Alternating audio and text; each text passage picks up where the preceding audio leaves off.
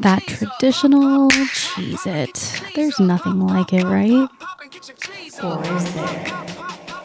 The first thing you're going to need to make homemade Cheez-Its is, well, cheese, of course. So we have 1 cup of shredded cheese. And then we're going to add our flour. We actually want to add the flour first and then the cheese, just so it has kind of a better time mixing. And then a little bit of seasonings, whatever you'd like. Here I added salt.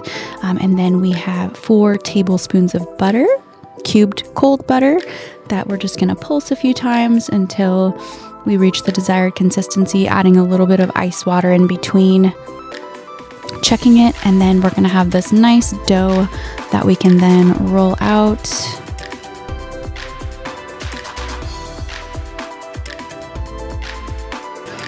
Now we have this beautiful dough that's going to make our Cheez-Its. So we can poke holes in each square with a chopstick or whatever you have laying around, pop it in the oven at 350, and then we're going to just cut one more time, just so that we can get those edges crispy. Put it back in the oven for a few more minutes, about 5 to 10 minutes at 375. And then we let our little one, or whoever you have around, take a taste.